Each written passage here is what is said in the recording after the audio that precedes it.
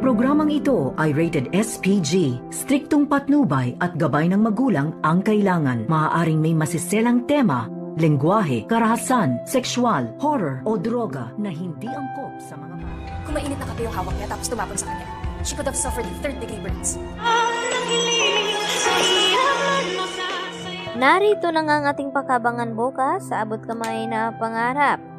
Nagulat naman itong si Giselle nang biglang may isang babaeng nagsalita at dito na sinabi na kung kape daw ang hawak nito ay tiyak na mapapaso at titiyakin na sa US ay makukulong daw itong si Giselle.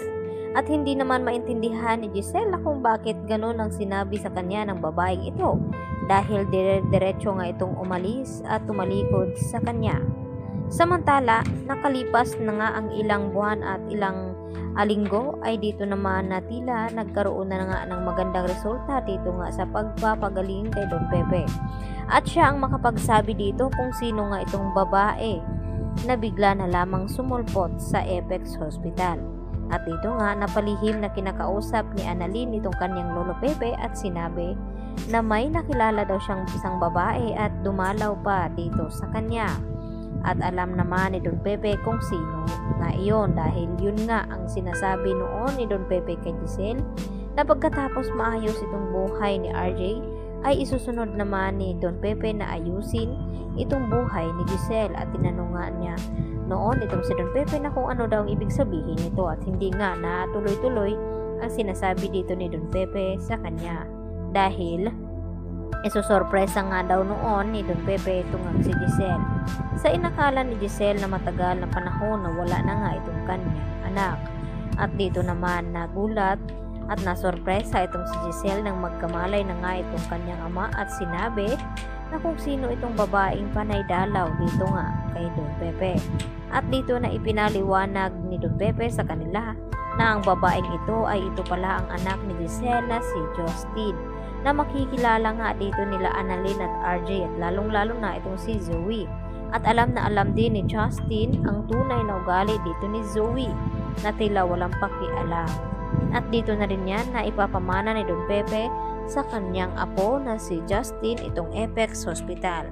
Kaya makikilala at masubaybayan na nga natin itong ang anak ni Giselle.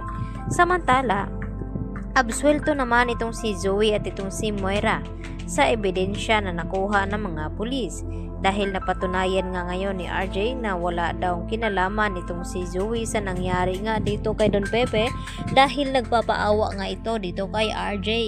Nang makita nga dito nila Giselle at RJ ang sapatos nakapariho dito sa nakuhang ebidensya ng mga pulis at mariin na itinatanggi nga dito ni Zoe na wala daw siyang kinalaman ito dahil nagpunta daw siya ng gabing iyon kaya hindi niya namalayan na nahulog itong disenyo ng kanyang sapatos at hindi ibig sabihin na iyon na siya na nga ang kasabuhat ng mga kriminal at hindi daw niya kayang saktan ang kanyang lolo Pepe.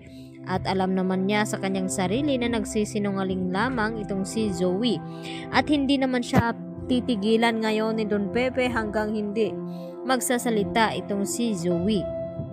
At ganun na lamang kagulat itong si Moira nang walang mapatunayang ebidensya itong sina Giselle at RJ dahil kinumpirma na nga nila dito sa kapulisan at nangako naman itong pulis na ito na mabibigyan pa rin nila ng hustisya itong si Don Pepe dahil dito sa kasamahan ni Balahadja na mapahanggang ngayon ay hindi pa nila nauhuli. Yan ang ating pakabangan bukas sa Abot Kamay na Pangarap.